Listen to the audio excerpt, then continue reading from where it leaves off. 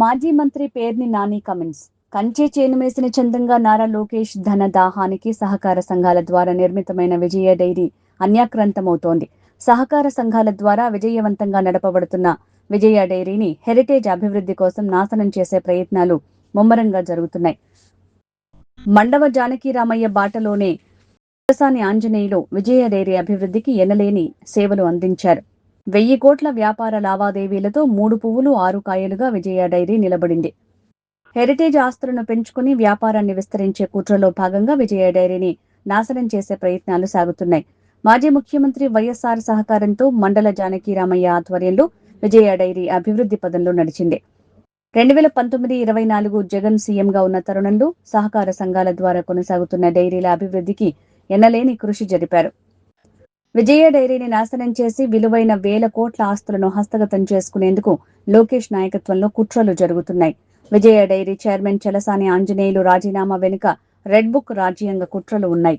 కంచె చేను మేసిన చందాన ఇవాళ నారా లోకేష్ యొక్క ధనదాహానికి 1960లో స్థాపించబడినటువంటి సహకార వ్యవస్థలో స్థాపించిన పాల ఉత్పత్తిదారుల యొక్క అంటే రైతులే గేదె తమకున్నటువంటి పాడి ద్వారా సహకార సంఘాల ఏర్పాటు ద్వారా 1960లో ఏర్పాటు చేసుకున్నటువంటి విజయ డైరీ ఎంతో ఆకాశానికి అంత ఎత్తు ఎదిగినటువంటి విజయ డైరీ 1995వ సంవత్సరం నారా చంద్రబాబు నాయుడు గారు ఎన్టీ రామారావు గారిని వెన్నుపోటు పొడిచి కులదోసిన దగ్గర నుంచి కూడా ఈ డైరీ ఏర్పాటు 1995లో హెరిటేజ్ డైరీని ఓపెన్ చేయటం, అక్కడి నుంచి ప్రభుత్వాన్ని ఆంధ్రప్రదేశ్ రాష్ట్రంలో ఉన్నటువంటి అన్ని సహకార ఉత్పత్తి పాల సంఘాలని సహకార పాల ఉత్పత్తి సంఘాల అన్నిటినీ కూడా నిర్వీర్యం చేస్తూ నాశనం చేస్తూ వస్తున్న పరిస్థితులు. చంద్రబాబు గ్రహణానికి, చంద్రబాబు దాడికి, చంద్రబాబు కుట్రలకి ఎదురొడ్డి నిలిచి 3 డైరీలు నిలబడినాయి. దాదాపుగా ఆంధ్రప్రదేశ్ రాష్ట్రంలో 3, 4, 5 ఉన్నాయి. ఈ 4, 5లో చిత్తూరు డైరీని అయితే సర్వనాశనం చేసిన పరిస్థితి నారా చంద్రబాబు నాయుడు గారు. ఇది రైతుల సంఘాన్ని. కానీ ఈ తట్టుకుని విశాఖ డైరీ, విజయ డైరీ, సంగం డైరీ, ఇంకేదో రాయలసీమలో 1-6 డైరీలు మిగిలినాయి. అనంతపురంలోనో లేకపోతే కర్నూలులోనో మిగిలినట్టున్నాయి.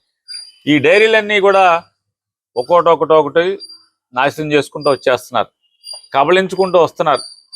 ఇవాళ విజయ డైరీ అనేది మండవ జానకిరామయ్య గారు ఎక్కిన ఇక్కడి నుంచి అప్పుడు చాలా చంద్రబాబు నాయుడు గారు ఉన్నప్పుడు మండవ జానకిరామయ్య గారు ఉండేవాడు. తెలుగుదేశం పార్టీ స్థాపన దగ్గర నుంచి ఆయన నారా అంటే ఎన్టీ రామారావు గారికి కుడిభుజంగా పనిచేశాడు మండవ జానకిరామయ్య గారు. ఆయన రామారావు గారికి ఆత్మీయుడిగా ఉండేవాడు, ఆప్తుడిగా ఉండేవాడు. చంద్రబాబు ఎక్కిన దగ్గర నుంచి నువ్వు దిగిపో, నీకు దిగిపో అని చెప్పంటే ఆయన తిరగబడ్డాడు. విజయ డైరీని తిరగబడటమే కాకుండా చంద్రబాబు ఒత్తిడికి ఎక్కడా లొంగకుండా విజయ డైరీని బతికిస్తూ వచ్చాడు. ఆయన దురదృష్టవశాత్తు ఆయన ఆరోగ్యం క్షీణించింది. తర్వాత మెల్లగా చలసాని ఆంజనేయులు గారు వచ్చాడు. చలసాని ఆంజనేయులు గారు వస్తే ఆ చంద్రబాబు అనుకున్నాడు మన కార్యకర్త కదా, రైతు సంఘం టీడీపీకి రైతు సంఘం అధ్యక్షుడిగా పనిచేస్తున్నాడు, యాక్టివ్గా తెలుగుదేశం పార్టీలో బాగా జెండా మోస్తున్నాడు కదా, మనం చెప్పింది ఎక్కడ పెడితే అక్కడ సంతకాలు పెడతాడు, విజయ డైరీని నాశనం చేసేయచ్చు అని చెప్పి అనుకున్నాడు. చంద్రబాబు తలిచింది ఒకటైతే జరిగింది ఒకటి. మండవ జానకిరామయ్య గారి బాటలోనే చలసాని ఆంజనేయులు కూడా కుర్చీలో కూర్చొని దగ్గర నుంచి ఆయన సంస్థ కోసమే ఆలోచన మారిపోయినట్టుగా మనకు కనపడుతుంది. లోపలికి వెళ్ళేప్పుడు ఎట్టాయాలని అక్కడ కుర్చీలో కూర్చున్నాక మాత్రం మండవ జానకిరామయ్య గారు ఎట్లా అయితే బతికాడో అదే రకంగా సంస్థని బతికిస్తాకే చూశాడు. ఇవాళ విజయ డైరీ 1000 కోట్ల టర్నోవర్తో అంటే పాలు ఒకటే కాదు, 2.5 లక్షల పాల సేకరణే కాదు, రైతుల నుంచి పాల సేకరణతోనే కాదు, బై ప్రోడక్ట్స్ మీద విపరీతంగా లాభాలు ఆర్జిస్తూ ఆ సంస్థ 3 పువ్వులు 6 కాయలుగా ఉంది. ఈ హెరిటేజ్ కోసం ఎవరిని వదిలిన పరిస్థితి, వాళ్ళ డబ్బు కోసం, వాళ్ళ ఆస్తులు పెంచుకోవడం కోసం సంపద సృష్టి కోసం నారా చంద్రబాబు నాయుడు గారు కానీ నారా లోకేష్ నాయుడు గారు. చంద్రబాబు నాయుడు గతంలో ఇట్టాగే గుంటూరు జిల్లాలో ఉన్నటువంటి సంగం డైరీని కూడా లోపరుచుకుంటాకి శత విధాల ప్రయత్నం చేశాడు. ధూళిపాళ నరేంద్రకి మంత్రి పదవి ఎరేసాడు. లొంగకపోతే మంత్రి పదవి నీకు కావాలంటే నువ్వు సంగం డైరీని వదిలేయమన్నాడు. నాకు మంత్రి గింతొద్దు, నాకు సంగం డైరీ కాదు చాలే అని చెప్పి ధూళిపాళ సంగం డైరీతో సరిపెట్టుకుని దాన్ని సంగం డైరీకి ఆగాడు. సంఘం లేదా విజయ, విశాఖ, ఈ కోస్తాలో ఉన్నటువంటి ఈ 3 సంఘాలు ఇవాళ గట్టిగా వ్యాపారం చేస్తున్నాయి. హెరిటేజీకి ఎక్కడా కూడా సందేవకుండా, హెరిటేజ్ పాలు కానీ, హెరిటేజ్ ఆస్తులు కానీ, హెరిటేజ్ వ్యాపారం కానీ పెరగకుండా ఈ 3 డైరీలు హెరిటేజ్కి అడ్డంకిగా మారినాయి, పెద్ద గోడగా మారినాయి. దానికోసమనే ఒక్కొక్క దాన్ని లొంగ తీసుకుంటా అక్కడ అవ్వలేదు, ఇక్కడ మొదలుపెట్టాడు. ఇక్కడ మొదలుపెట్టి చివరికి ఏ స్థితి అంటే అదృష్టవశాత్తు విజయ డైరీ అదృష్టం, ఆర్టీసీ అదృష్టం ఎట్లా వచ్చిందంటే నారా చంద్రబాబు నాయుడు గారు 2004లో పడిపోవటం, 10 ఏళ్ళు చంద్రబాబు నాయుడు అధికారం లేకపోవటం, రాజశేఖర రెడ్డి గారు వచ్చి మండవ జానకి రామయ్య గారు ఆల్మోస్ట్ ఎన్నిసార్లు రాజశేఖర రెడ్డి గారిని కలిసేవాడు, విజయ డైరీ కోసం సహకారాన్ని అర్థించేవాడు, అలాగే ఆయన పొందేవాడు. రాజశేఖర రెడ్డి గారు నాడు రాజశేఖర రెడ్డి గారి యొక్క అండదండలతో విజయ డైరీని మండవ జానకి రామయ్య గారు బతికిస్తే, మళ్ళీ 2019కి వచ్చేప్పటికి 2017-18 నుంచి చలసాని ఆంజనేయుల్ని దిగిపో అని ఒత్తిడి.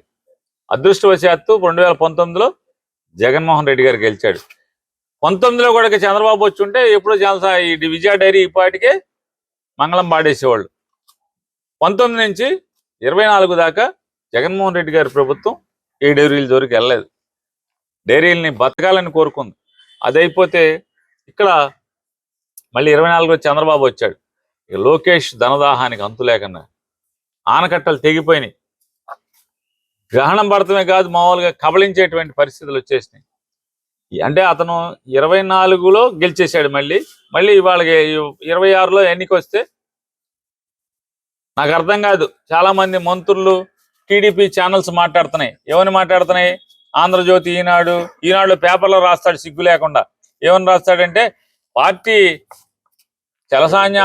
మండవ జానకి రామయ్య గారికి కానీ, చలసాని ఆంజనేయులకు కానీ విజయ డైరీ అనేది తెలుగుదేశం పార్టీ ఏమి నామినేట్ చేయలేదు. అది నామినేటెడ్ సంస్థ కాదు. అది వీళ్ళు ఎన్నికయ్యారు, రైతుల్లోంచి ఎన్నికయ్యారు. ఎన్నికైతే ఇవాళ వాళ్ళు మాట్లాడతారు.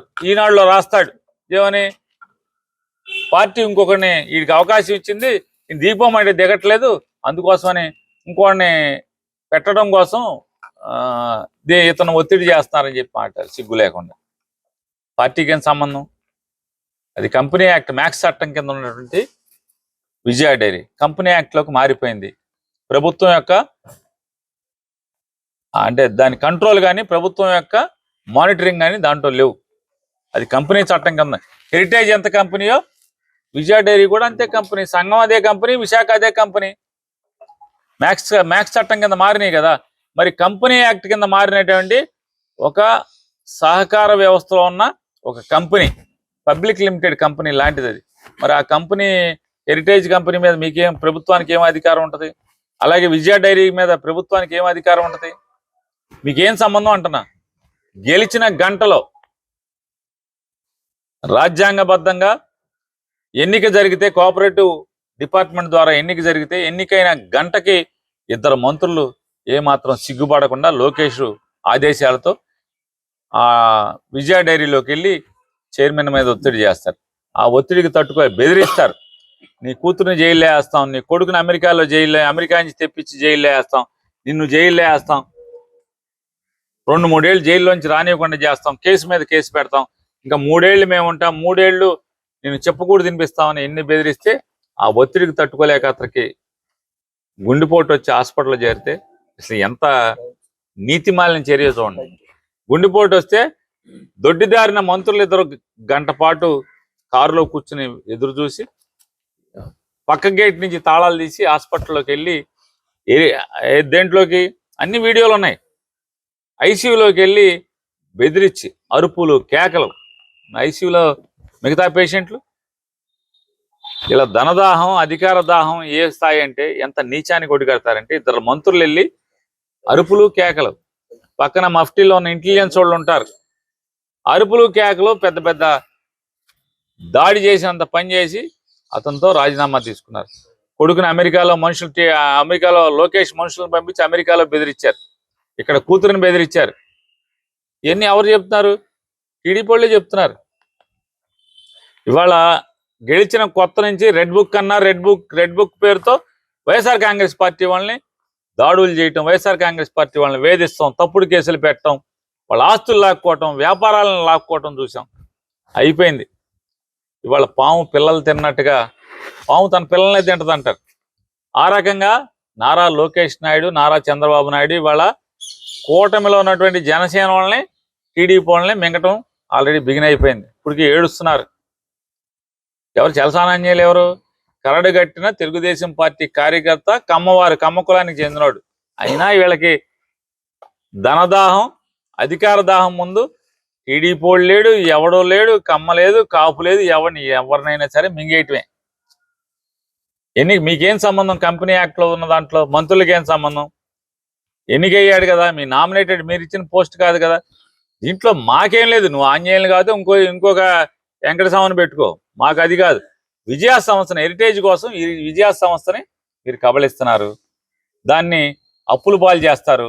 మీరు చెంచాగిరి చేసేవాడిని ఒకటి పెట్టుకుని హెరిటేజ్ లాభాల కోసం, హెరిటేజ్ విస్తరణ కోసం ఇవాళ విజయ డైరీ 6-7 జిల్లాల్లో ఉంది. ఉభయ గోదావరి జిల్లాలు, కృష్ణా జిల్లా, గుంటూరు జిల్లా, ప్రకాశం జిల్లా, ఖమ్మం జిల్లా, తెలంగాణలో కూడా చాలా జిల్లాల్లో విజయ, హైదరాబాద్లో కూడా విజయ వ్యాపారం చేస్తుంది. మరి ఇంత లాభాలు ఆర్జిస్తున్నటువంటి హెరిటేజ్కి పోటీగా ఉన్న సంస్థని సర్వనాశనం చేయాలి, మూత పెట్టాలి, దాన్ని కబళించాలి. హెరిటేజ్ వ్యాపారం, పాల వ్యాపారం విస్తరించాలి. 1000 కోట్లు వీళ్ళు సంపాదించుకోవాలి. ఇప్పటికే చంద్రబాబు నాయుడు గారు చెప్పాడు, నా ఆస్తి 1,00,000 కోట్లని.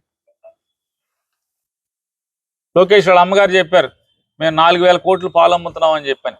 పాలు, పెరుగు అయ్యి అమ్ముతున్నాం, 4,000 కోట్లు సంవత్సరానికి అమ్ముతున్నామని. ఆగట్లా, దాహం తీరట్లా, 4,000 కోట్లతో ఆగరు. ఎవడైతే రాబోయే రేపు చెంచాగిరి చేయబటాకి ఎక్కుతున్నాడు, విజయ డైరీ గనక ఏమాత్రం నష్టపోయినా, విజయ డైరీ నష్టాల బాట పట్టించిన ఏ చెంచాగిరి చేసేవాడు ఎవడైనా సరే రెడీగా ఉండండి. జగన్మోహన్ రెడ్డి గారు రాబోయే 2.5-3 సంవత్సరాల్లో మోడీ గారు 2 ఏళ్ళకే పెడతాడు అంటున్నారు, 2028కి ఎన్నికలు పెడతా అంటున్నాడు. 28కి పెట్టినప్పుడు జగన్మోహన్ రెడ్డి గారు ఏకంగానే విజయ డైరీని ఎవడైతే నాశనం చేస్తాకి పూనుకుంటాడో, విజయ డైరీని ఎవరైతే నష్టాల బాట పట్టించి దాన్ని మూతకి ప్రయత్నాలు చేసిన ఎవడైనా ఖచ్చితంగా ఊసలు లెక్క పెడతాం ఖాయం, కటకటాలు లెక్క పెడతాం ఖాయం. మీరు ఈ పాపానికి ప్రజల ఆస్తిని, రైతుల యొక్క ఆస్తిని మీరు కబళిద్దామని హెరిటేజ్ కోసం అని చెప్పి ఎవడు ప్రయత్నం చేసినా, లోకేష్ మాటలని ఎవడు ఆ కుర్చీలో కూర్చుని తప్పుడు ఆలోచనలు చేసినా కూడా దాన్ని పరిహారం గట్టిగా ఉంటుందని కూడా మీకు హెచ్చరిక చేస్తున్నాం.